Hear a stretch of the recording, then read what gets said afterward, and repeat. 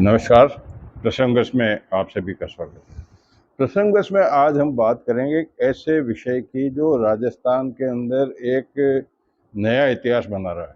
नया इतिहास दो मायनों में है कि राजस्थान में आज तक किसी भी विधायक को रिश्वत लेते रंगे हाथ नहीं पकड़ा गया।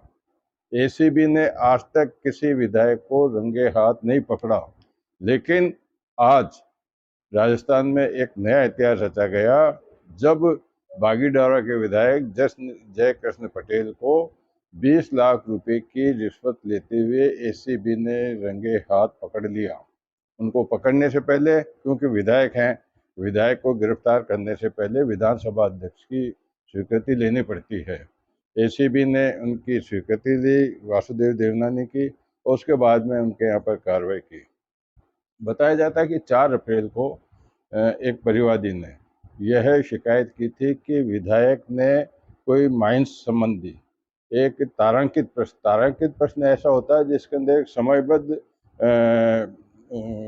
सीमा के अंदर उसका जवाब देना पड़ता है। उन्होंने 2 तारांकित प्रश्न लगाए जिसके अंदर उन्होंने, खुद तो विधायक है बागीडोरा के, लेकिन टोडा भीम क्षेत्र के अंदर कोई माइनिंग क्षेत्र के अंदर खनन के मामले में उन्होंने सवाल पूछे राज्य सरकार से विधानसभा के माध्यम से।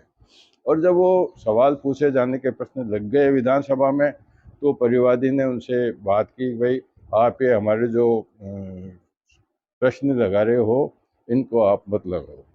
तो उसके एवज में उन्होंने, बताया जाता है कि पहले 10 करोड़ रुपए मांगे, बाद में 2.5 करोड़ रुपए में उनकी बातचीत हुई और वो किस्तों में देना तय हुआ, जिसकी पहली किस्त लेकर के आज विधानसभा परिसर में ही जब परिवादी गया तो उनको रंगे हाथ पकड़ लिया गया।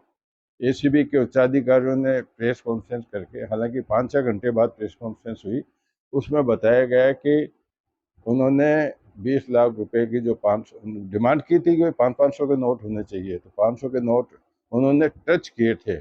उसके बाद में कोई सदस्य उनका मिलने वाला, वो उस राशि को लेके वहाँ से गायब हो गया, ये बताया जाता है। लेकिन उनका जो गनमैन है वो में ही था। अब कौन लेकर के गया ये पता नहीं है, लेकिन एसीबी ने ये बताया कि पहले उनकी पुष्टि कर ली थी और 4 अप्रैल से ही ये मामला चल रहा था।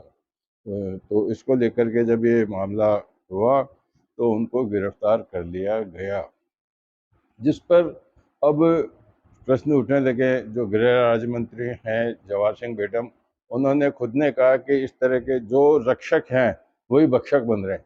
आज विधानसभा के अंदर, या हमने किसी विधायक को चुन करके भेजा, हम आशा करते हैं कि विधायक भ्रष्टाचार को समाप्त करने की कोशिश करेगा।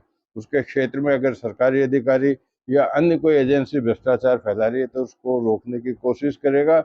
लेकिन जब रोकने की जिनकी जिम्मेदारी है वो खुद ही भ्रष्टाचार में लिप्त हो जाए तो अब किससे आप उम्मीद कर सकते हैं। तो कुल मिलाकर के यह राजस्थान में एक इतिहास बना है।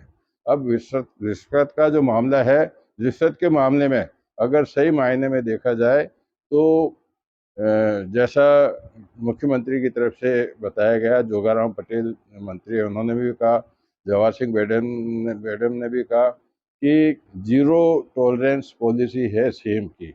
उसके निश्चित रूप से जब एक एमएलए गिरफ्तार होता है तो उसको उसी के अधीन माना जाना ही चाहिए कि वो उसी पॉलिसी का है। लेकिन प्रश्न इस बात का है कि क्या एक विधायकों को, अब क्या बताएं, कोई बताने की बातें नहीं है, लेकिन